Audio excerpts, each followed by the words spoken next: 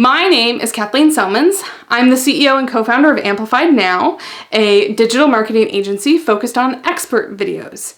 Those are videos where you stand in your expertise and you talk about things that you can talk about for a half hour. We only talk about them for 5 to 10 minutes because basically after that point you're switching topics anyway.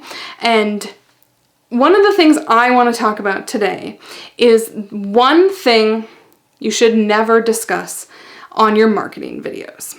Now, it's easy to say that, right? Do not discuss. The obvious answer is like, sex, politics, unless your business has something to do with it. I recommend my clients stay away from current events because what we're building is content that lasts a long time. And so if you spend time talking about something that's coming up, then your video has a shorter shelf life.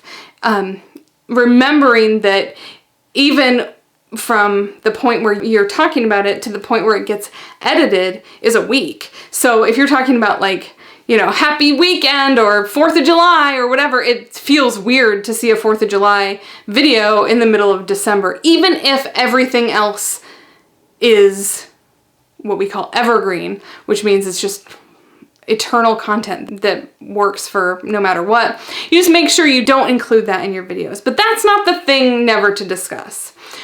I was talking to a client earlier this week, and we were talking about how to map out a video content strategy for the next 10 videos. He only wanted to do a brainstorming session for a very condensed period because he was thinking if there's too many ideas, I'm not going to record. And this client records his stuff on his own and gives them to me full and finished, and that's great. Most clients don't do that. This client has the whole gear, has his own studio. That's great.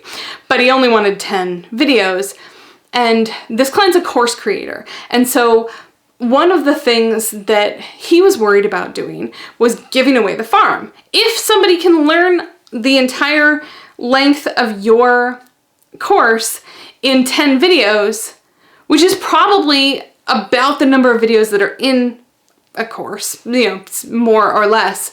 But if you are worried about that, then you make sure that you keep it away from your video content. And the way to do that is to think about it in terms of the journalist's 5 questions. You talk about what and you talk about why. If you veer too far into the how, then what you're doing is you're giving people a reason not to buy your thing. With course creators especially, it's very easy to get into okay, so here's what you do. 1, 2, 3, da da da da da. And then somebody thinks, well, that answered my question. What do I need the course for? And that might be something that you can solve in a sales page, but it's also something where you just don't talk about the mechanics of how. Your course very often will take people on a journey from beginner to expert or from beginner to proficiency. Probably not expert, you're the expert. And they don't need to be an expert, they just need to learn the shortcuts that you created along the way. But if you start talking about the same topics, you're going to feel like you're giving away the farm. So don't do that. Talk about the what and the why and not the how. You'll see on my videos that I do talk a lot about how to do this kind of thing because my mission is to get you doing videos. I can make it easier for you, but if you don't want to hire me, I still want you to do videos. And if your solution is complex, I think each of our videos goes through, I think it's a 32-step process in order to get repurposed and cut and edited and graphics and all that. So I don't feel uncomfortable about talking about some of the how to get your genius out there because most people don't do what I do with videos. And then even if I talk about the how, it's a lot of work, and it's a lot of work that a lot of people aren't willing to do. So if your solution is something like that, you can talk a little bit about the how, but you still don't want to give away anything that you consider your secret sauce. And so when you think about the different things, I I think for a lot of course creators, it's talking about case studies. So let's talk about someone who's not you going through your course and what happened, where they were before, what the transformation was like when they got to your thing, and where they are now. If you do enough of those, then people will see themselves in someone that has been through your course. And that is why you should get really good testimonials.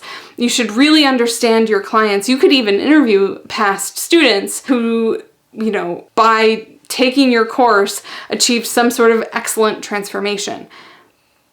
But again, video content marketing is supposed to entice and, like the little tiny appetizers that come out before you've ordered anything that make you think, ooh, I'm excited to be here. I don't want to say the word because I'm pretty sure I'll screw up the French, but it's those little things that build intrigue. And so when I worked in inbound marketing years and years ago for corporate, the ethos we followed was give away a ton of your work, 80%. Give away 80% of your secret sauce through content marketing and charge like hell for the rest of it. And that's what lots of consulting companies do. That's what the consulting company that I worked for does.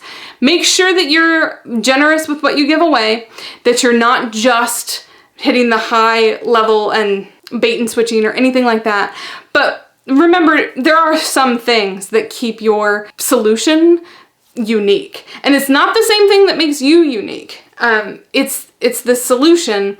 What is it that differentiates your solution? Why is yours proprietary? Keep those cards close to your vest. I'll talk to you soon. Thanks.